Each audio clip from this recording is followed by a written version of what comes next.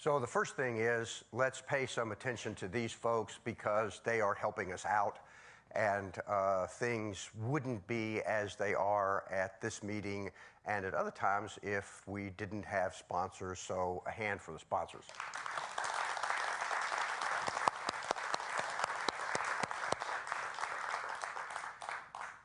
Now I get to do a shame-attacking exercise. Some people did not follow directions readily in sending in their PowerPoints, so Eddie fixed mine up so that it would be the right size and take up all of the space that's available here. So thank you, Eddie.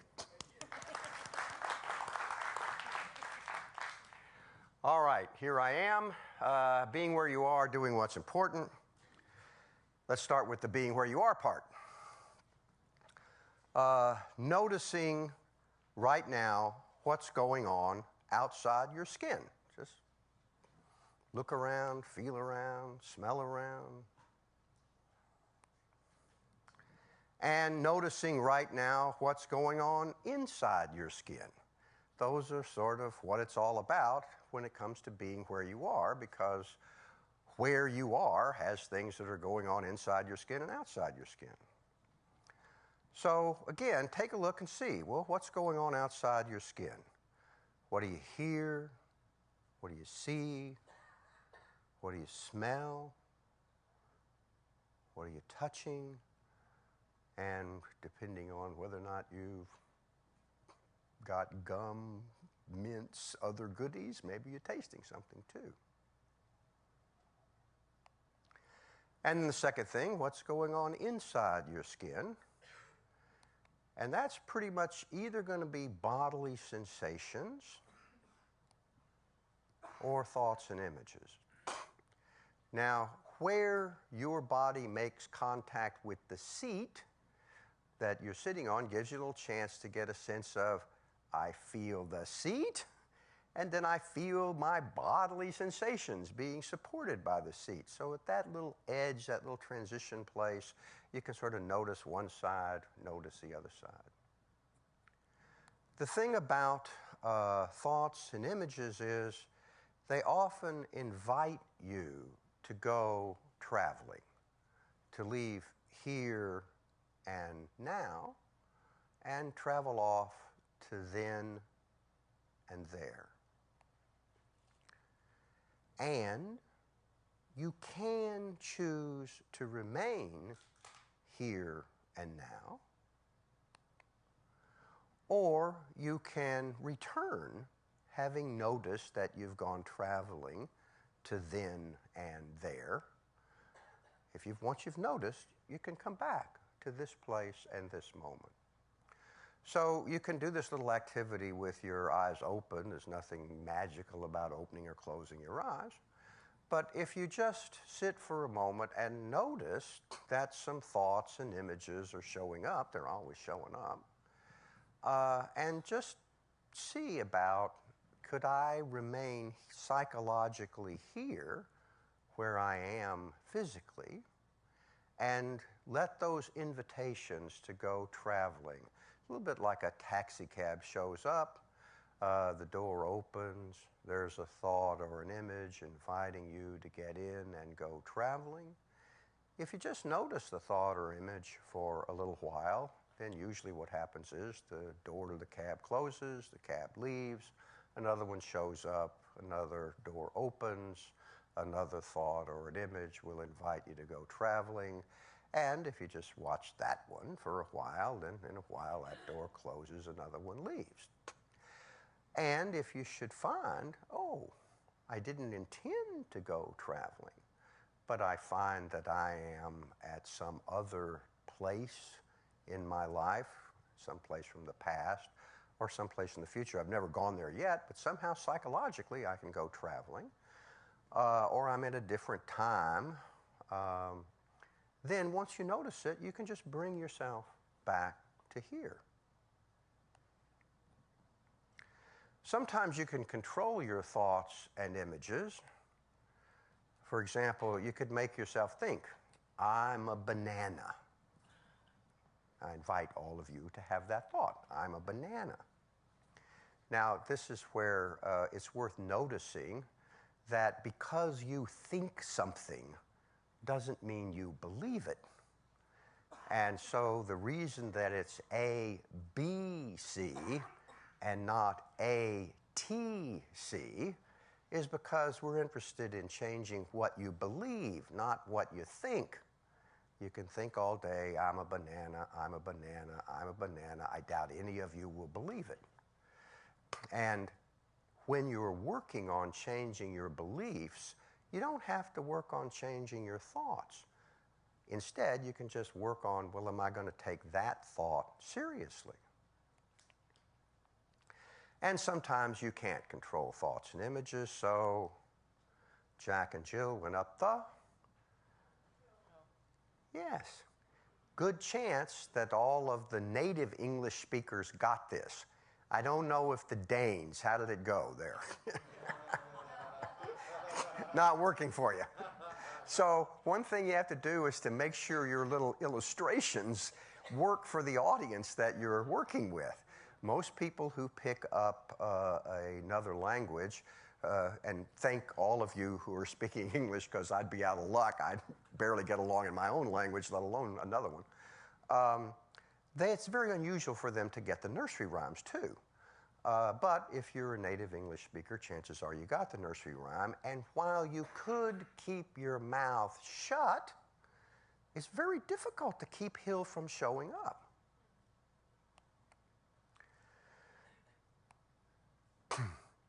So being where you are means being psychologically present in the moment in which you're physically present, rather than psychologically traveling to some other place or time.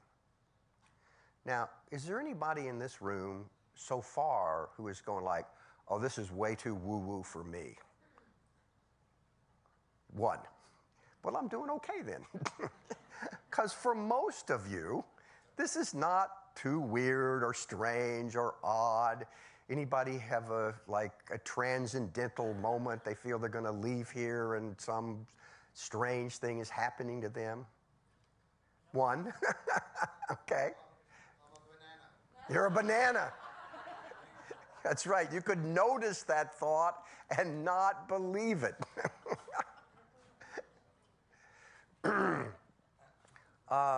So what I want to hopefully stress is these activities to bring a person or to bring yourself, whether it's you or somebody else, into the moment that we actually physically are in.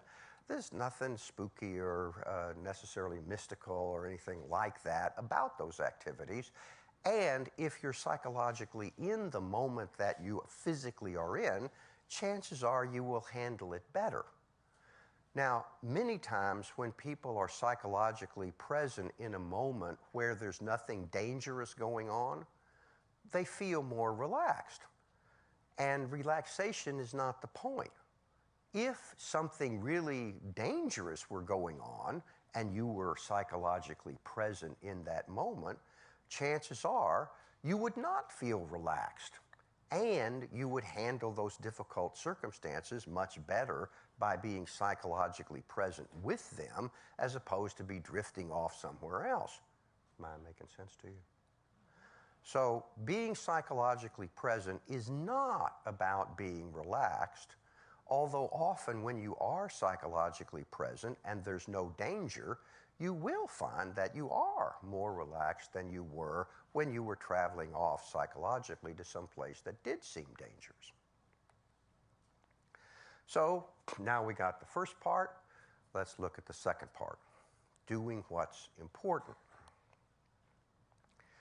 Fortunately, control of our hands and arms and feet and mouth does not depend on our thoughts and images and bodily sensations. So let's try a little activity. This is a couple of I cannots. And the first one is, I can't walk over to the wall and back. Would you be willing to help me out? Sure. So come up here, please. And for our purposes, that yellow rectangle over there is going to count as the wall. Okay. So I'm going to ask you to begin saying a phrase, and while you're saying it, I'm going to give you an instruction, and I'd like you to follow the instruction, but I'd like you to keep saying the phrase. And the phrase is probably pushing up. I'm guessing. Well, that's all right. People will hear you. No? Well, sorry. They'll hear you. Okay. Okay. And the phrase is, I cannot walk over to the wall and back. Now, for our purposes, that rectangle is the wall. So I'm going to ask you to start saying that. I'm going to give you an instruction, and I want you to follow the instruction. Okay? So I cannot walk over to the wall and back. I cannot walk over to the wall and back. I cannot walk over to the wall and Great. back. Keep it up. I cannot walk over to And the while wall you're saying and it, back. walk over to the wall and back. I cannot walk over to the wall and back. I cannot walk over to the wall and back. I cannot walk over to the wall and back. I cannot walk over to the wall and back. I cannot walk over to the wall and back. I cannot walk over to the wall and back. I cannot walk over to the wall and back. I cannot walk over to the wall and back. Great. Thank you very much. We'll let you go back there. But didn't you just prove that I'm a good liar? What I hope I just demonstrated, what you just demonstrated, is that even though we are thinking, even though we are saying we cannot do things, they don't necessarily control what we do with our hands and arms and feet and mouth when it comes to doing things. Now, everybody can participate in this one, which is, I'd like you all to begin saying, I cannot stay seated, I must stand up. I cannot stay seated, I must stand up. I cannot stay seated, I must stand up. I cannot stay seated, I must stand up. Thank you. Now, for most of you, a couple of you, you tell yourself things, you have to do them.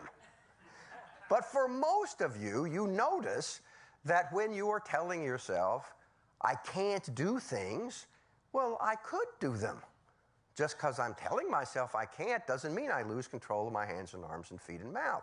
Just because I'm telling myself I can't walk over to the door and back or the wall and back doesn't mean I can't do it. We have lots of control of our hands and arms and feet and mouth, even when we don't have so much control of our thoughts and images and bodily sensations. To say it in a shorthanded way, perhaps, we don't have to do what our mind says. Oops. We also can travel under different banners. So can I get another volunteer, someone willing to help me out? Oh, come on up.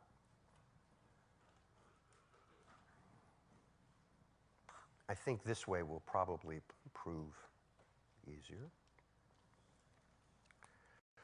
So I'm going to ask you to walk over to the wall over there again. That's that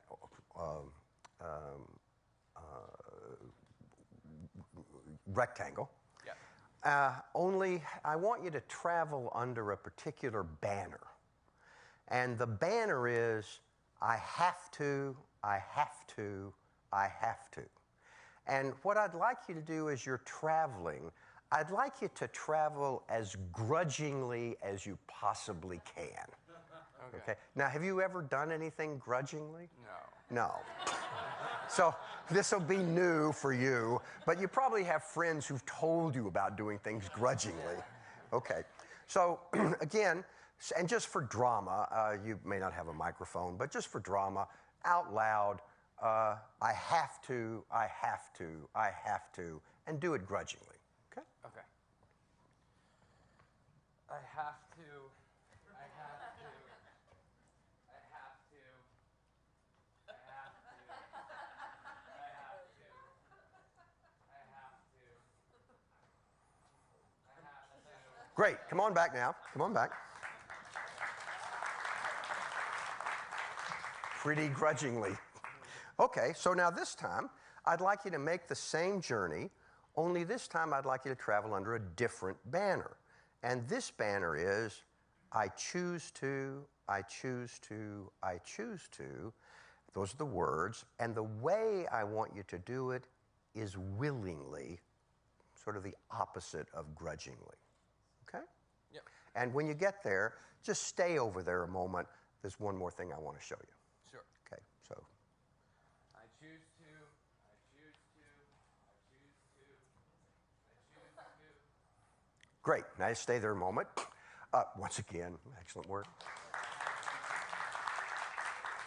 Now, the first thing I want to point out is he's in exactly the same place. The contingencies of the universe did not change. The only thing that changed was the way he participated in those contingencies. Am I making sense to you? And which way did you prefer to travel? I choose to or I have to? Yes, because I choose to is the way of a liberated human being. I have to, I have to, I have to. That's slavery. Nobody wants to live life as a slave. And that option of moving from slavery to a self-controlling, a self-running your life human being is doing things by choice. Now, the contingencies of the universe, there's plenty of have-tos there. But the way we meet those contingencies, we have a say about that. If we meet them willingly, if we meet them by choice as opposed to grudgingly or I have to, our experience of life is quite different. Am I making sense to you? Now, as you come back here, I'd like you to walk slowly and take small steps. Is there any moment that you couldn't immediately turn to the left or the right? You might run into chairs or things, but could you do it? Yes. Now, what is being demonstrated is that in every moment, we have what we might call human freedom. We can radically alter what we're doing at any moment that we're doing it. It's just that usually we don't notice that we have this freedom. Am I making sense to you? But if you do notice it, then no matter what you're doing, you could keep it up or you could radically alter it. Okay? So thank you very much.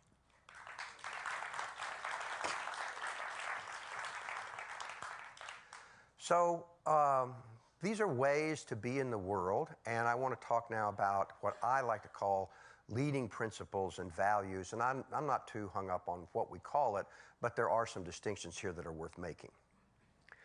Now, a leading principle is a direction in which you choose to move. If you go either east or west, you can keep going and going and going. In the United States, we have this Energizer Bunny commercial. I don't know if it's making it around the globe, but you can keep going and going and going. So leading principles are not like goals. Goals are places you get to. If you want to graduate high school, well, usually if you put in the seat time, you can achieve that. If you want to be the best educated person you can be, when would you finish that? No matter how well educated you get, the next day you could get up and pursue being the best educated person I can be. If you want to get married, there's usually somebody. Okay, so you did it, you got married. Now, if you want to be the best mate you could be, when would you finish that? No matter how good a mate you've been up till now, the next morning you get up, you could still be the best mate you can be. In fact, if you've been a lousy mate for 10 years and you're still married, the next day you could get up and start being the best mate you can be. You wouldn't start at the same place, but you could start in that direction. Am I making sense to you? Children. If you want a kid, you could get one the usual way or you can adopt one. Again, the goal has been attained. But if you want to be the best parent you can be, when would you finish that? What they need at 2 is not what they need at 32, and a good parent can tell the difference. But you can go on being the best parent you can be for as long as you're around to do so. So these directions, not goals along the way, that's what I mean by a leading principle. And usually you can formulate a leading principle by, I want to be the best whatever it is I can be. Now, of course, you could pick, I want to be the most mediocre student that I can be, and you could live up to that. Or I want to be a really lousy whatever I can be, and you could live up to that. There's no magic in your leading principle. You pick anything you like. But mostly when people are going to do something, they usually are interested in doing the best that they can do. Not the best, but the best that they can do. Am I making sense to you? Now, a moment ago, we saw walk over the door and back grudgingly or willingly. In other words, there's a way we do things. Whatever we're doing, we can do them in particular ways. If I wanted to go from here to Baltimore, I could travel, but I could walk, I could go in a car, I could take a train, I could crawl, I could walk backwards. There's a lot of ways to do things, and they might all get me to Baltimore, but I would have a different kind of experience depending on the way I did it. Am I making sense to you? So what I want to use the word values for is across a wide variety of domains, I would choose to do it the same way. Being the best mate I can be has very little to do with being the best fly fisher I can be, and I do have that disease. In fact, being the best mate I can be and being the best fly fisher I can be sometimes are not compatible. But both of them I could do thoughtfully. Am I making sense to you? So values, no matter what domain I'm in, I could pick the same way of doing things even though the things that I'm doing are quite different. Is there any difficulty about this distinction between what I'm calling a leading principle and what I'm calling a value? In other words, the direction that I'm going and the way I travel. Any trouble making that distinction? Good. So, using symbols now to see what to do. So how many, this is kind of a sophisticated audience, maybe many people won't know this. How many people in this audience have ever Skyped?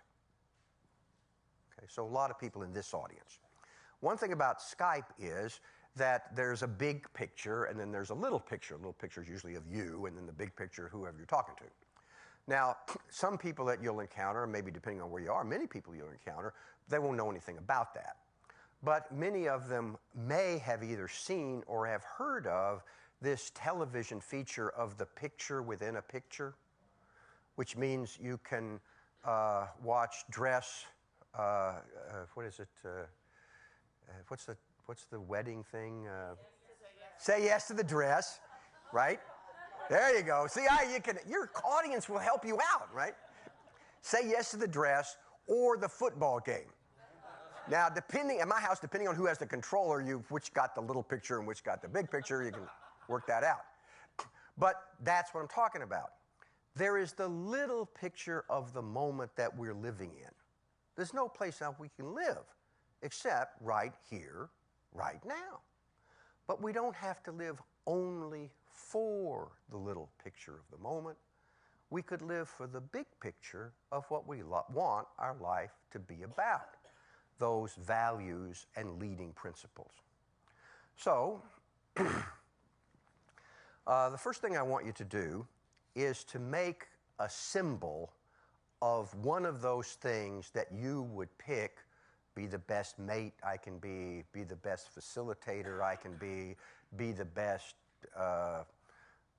son or daughter I can be the best parent I can be, something that you would pick. Everybody got one? Okay. Now I want you to think of something that would symbolize that. When I'm thinking it could be a phrase, it could be a picture, those medieval crests that have, a bunch of pictures and a saying at the bottom. Something like that, something that for you symbolizes that entire domain. Is there anybody who can't come up with one? Okay, now I want you to do this. Take your arm and put your palm up like this. Okay? The other way, thank you. And on your palm, project that symbol. Everybody do it?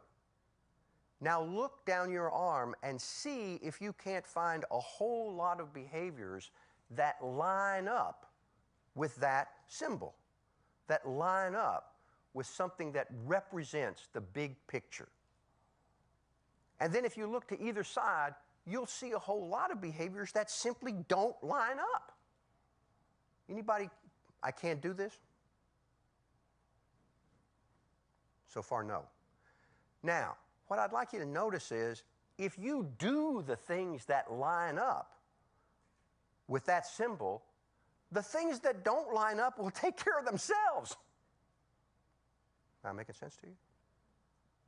So, how do I see what to do? I picked my leading principle. Let's be the best facilitator I can be. Well, how do I see what to do?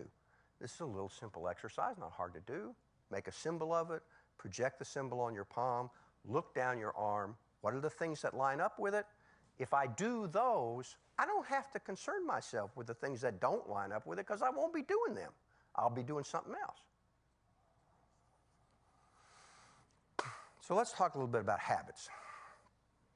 Habits are something you do quickly and easily and without much awareness. That's another aspect of habits. So if you're going to change a habit, the first thing you have to have is raising your awareness. Now, we're right back to being where you are. Being psychologically present with what's going on. Oh, look how I'm moving my hands and arms and feet and mouth. Oh, look what thoughts and images and bodily sensations I'm having. And the thing about habits is, when you start raising your awareness, it's usually, oh, damn, I did it again.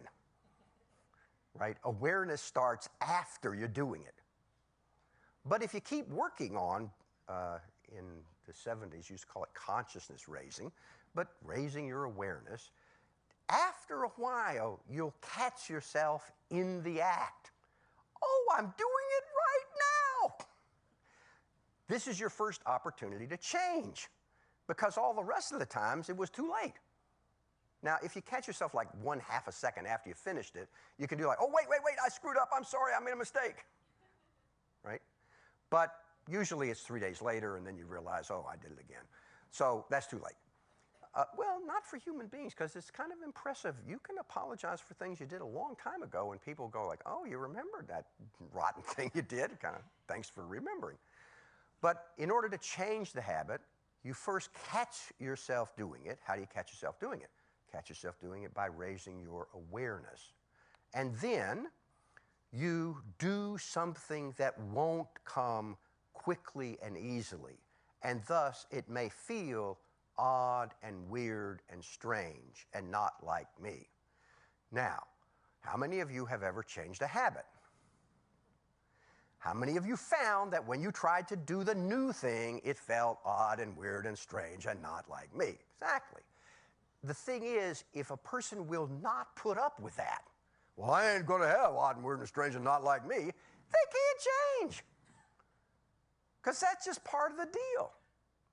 So you might say, without the frustration tolerance of doing something that's odd and weird and strange, you can't build a new habit. It's just part of what comes with the territory. So raise your awareness so that you can catch yourself in the moment that you're doing it. Do the new thing. How are you going to find the new thing? Well, what lines up?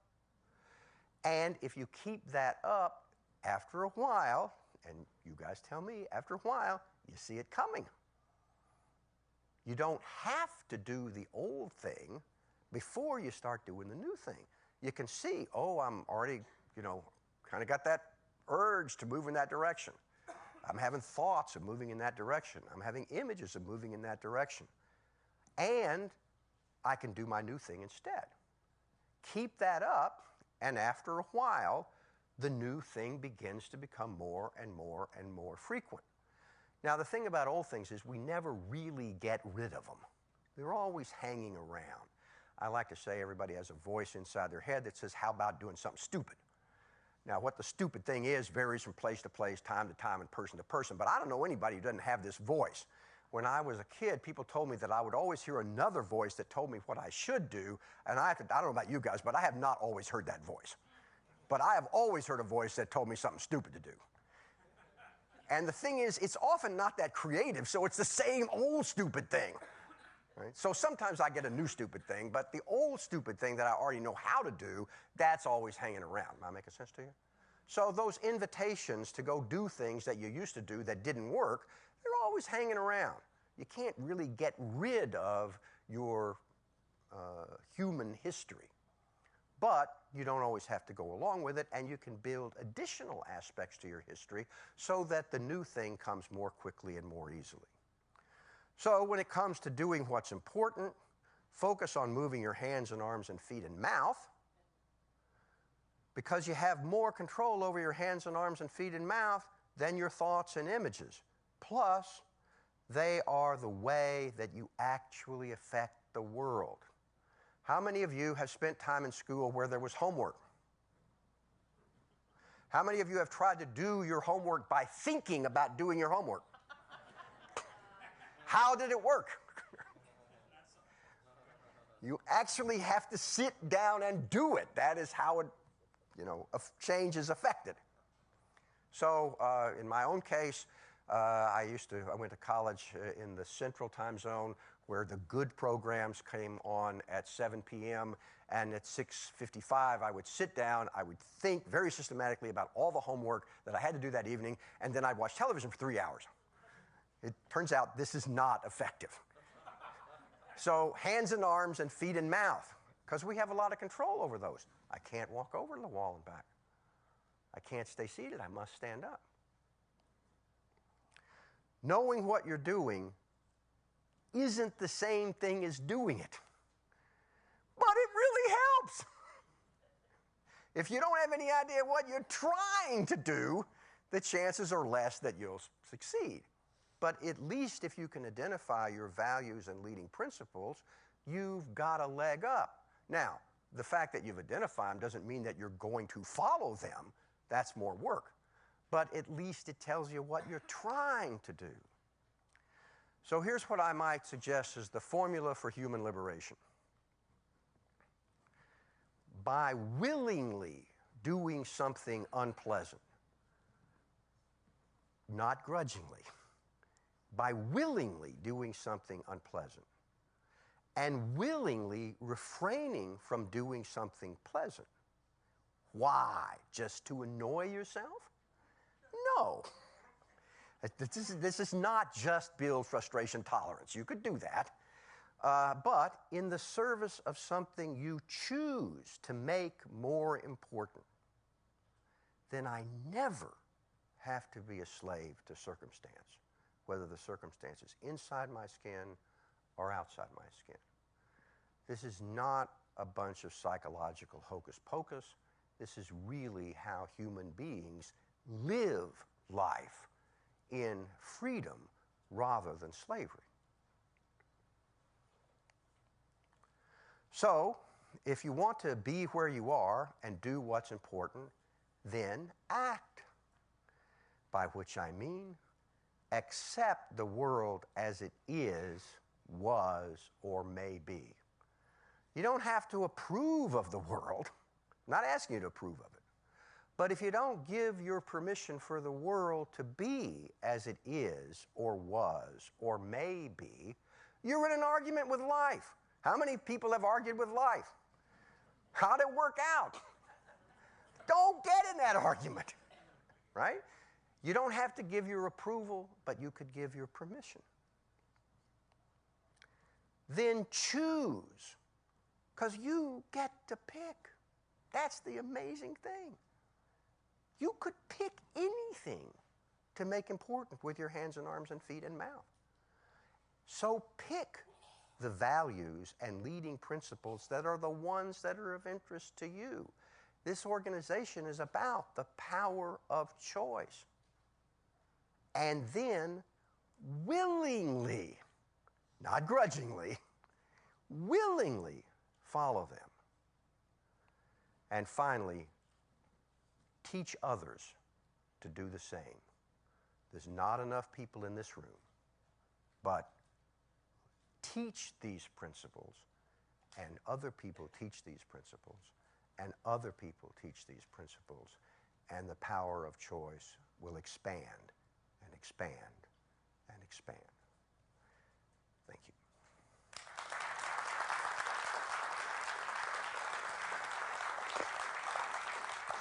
According to my watch, I have left 2 minutes. Is there anything that you want me to say something about I didn't get a chance to? Yes, ma'am. Not that I want you to say that, but I just think your presentation has been fantastic. I've come across these ideas in other places or whatever, but it's really sunk in through your presentation. So thank you. Well, thank you. I intended to be helpful. It's nice to know I succeeded. Okay.